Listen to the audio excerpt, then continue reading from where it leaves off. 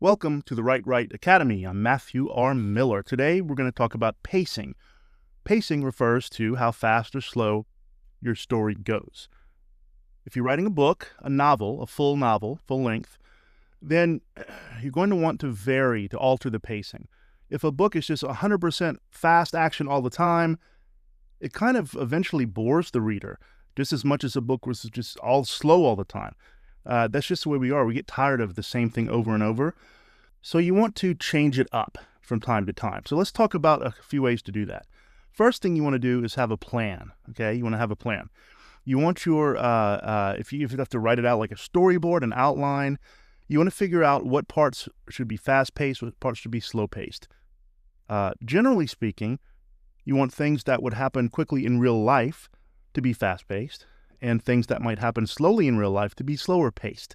There's some other situations. You might want emotional descriptions to be slower, or if it's in a heightened state of awareness or anxiety, faster, okay? So you want a plan. Like I said, you need to balance it. It needs to be switched up. Even in things like thrillers and horror, like I write, you need to be slow sometimes, fast sometimes.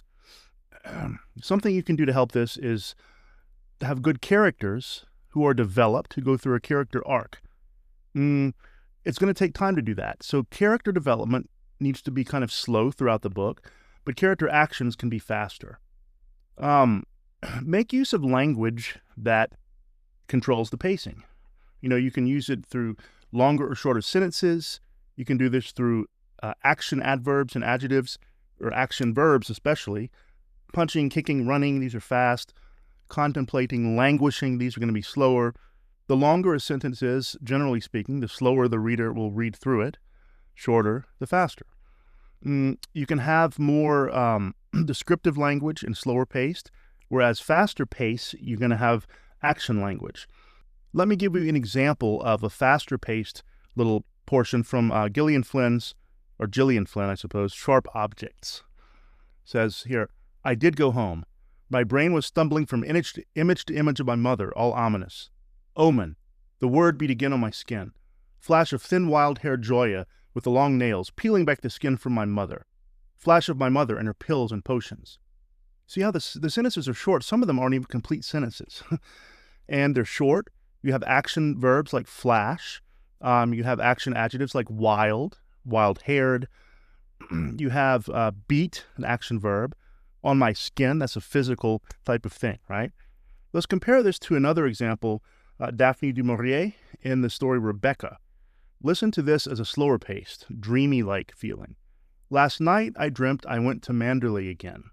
It seemed to me I stood by the iron gate leading to the drive, and for a while I could not enter, for the way was barred to me. See how that feels slower, more dreamlike? Longer sentences. It uses the verb dream. It uses things like seemed to me. This is a way to slow it down. Instead of saying, Pierre looked at the man and he was angry, say, Pierre looked at the man and it seemed to be that the man was angry. Using verbs like seem to be. These, if you remember our verb lesson, these are linking verbs. More description, okay? Describe more parts of the scenery. Focus on detail. The more you describe a scene, the slower it's going to go. And we said before that you want to describe parts of the environment that are relevant to the story or that produce an emotion in the reader. And you can control this almost like a lever, right? Describe more things, slow it down. Describe fewer things, speed it up. Something else to do to help with the pace is to have some kind of a goal towards the end of the story that characters must reach, or especially some kind of a countdown or a time limit. This way you have, if you want to speed it up, you can have them focus on the goal. If you want to slow it down, you can have them focus on the moment.